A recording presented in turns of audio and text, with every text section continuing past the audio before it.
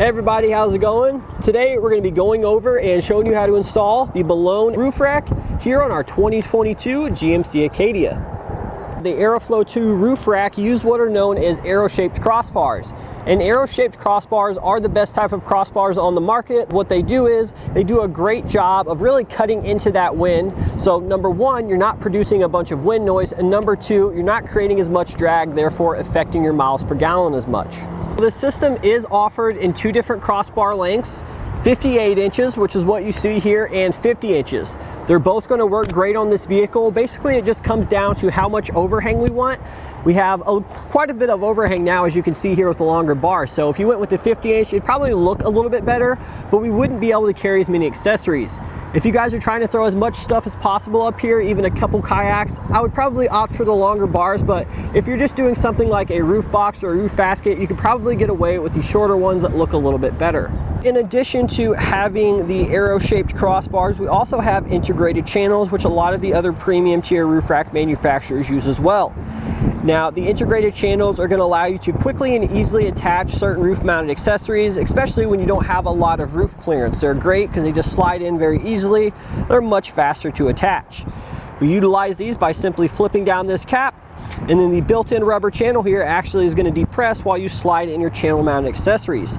Now, these are great because some of the other brands actually require you to install this rubber stripping yourself, and some of them you even have to cut. So this makes it very easy. Everything is integrated in here. You don't have to worry about measuring and cutting. Weight capacity is a big thing for roof racks, and this particular roof rack here is going to be rated at 165 pounds, evenly distributed across both crossbars. In regards to installation, this is probably one of the easiest roof racks there is to install in this vehicle. Everything is pretty much pre-assembled for you, just a bit of minor tweaking for the mounting clamps to get them installed onto the roof, but that's pretty much it. It should really only take you guys around an hour, possibly under an hour, depending on your experience level.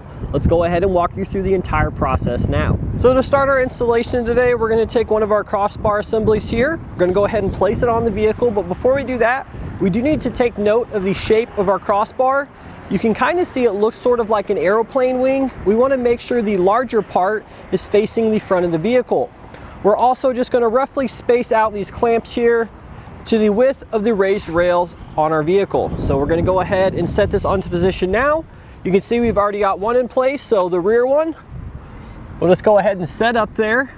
Now, if we look on the inside of the rails, you'll notice that there's some factory points, two on either side. Those are where you would attach the factory crossbars, so we're just going to mount our roof rack crossbars in the center of those mounting points. So this is going to give us the best possible spread to evenly distribute the weight on top of this vehicle. If the clamps don't grab onto the rails and you need to open them up, what you can do is you're going to take your key that comes in your kit here, you're going to loosen one of the two end caps. Now, one of them has a tool, one of them is a blank. We want to make sure that we have the one that has a tool. And then we're just going to take this Allen head key and insert it into the key slot there in our mounting foot. And we're going to continue loosening this until it opens up the clamp enough to where the feet drop down onto our raised rails. So now that we have it loosened enough, we're just going to go ahead and drop it down like so. And you can see it fits into position nicely. Now, one thing you want to make note of is this little rubber grommet here that sort of conforms to the shape of our mounting foot. You want to make sure that doesn't get pinched up and trapped between the side rail and our mounting feet. You want to make sure that it grips around underneath and basically just looks normal. But now that we've got this side done, we'll just jump to the other side and do that same thing. So now before we tighten everything down and secure it, we want to go ahead and take some measurements to make sure our crossbars are square and we have the correct amount of overhang on either side. And by correct amount, I just mean even amount of overhang. So we're going to go ahead and measure from the foot to the outwardmost edge of the crossbar. I'm going to note that, and then I'm also going to measure somewhere as a reference point on these raised rails down here to the start of our mounting foot.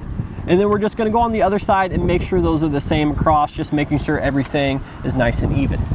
Let's go ahead and tighten down your mounting feet here using the provided tool.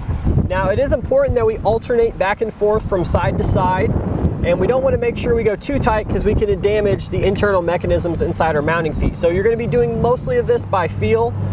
Another gauge I like to use, since there isn't any torque value, is after I tighten it a couple turns, I like to just grab onto the mounting feet and try to wiggle it back and forth, side to side or up and down. And basically what we're looking for is excess play. If we do have a lot of play, we'd want to tighten it a couple more turns there, just enough so it's snug and it's not moving it around. So we'll go ahead and reinstall our end caps there. One of them has a tool, one of them doesn't. Just lock that in place so it can't come back out. But now that we have this side done, we just repeat this for our other crossbar. And now that we have both crossbars installed here, that's going to do it today for our look and installation of the Malone Roof Rack here on our 2022 GMC Acadia.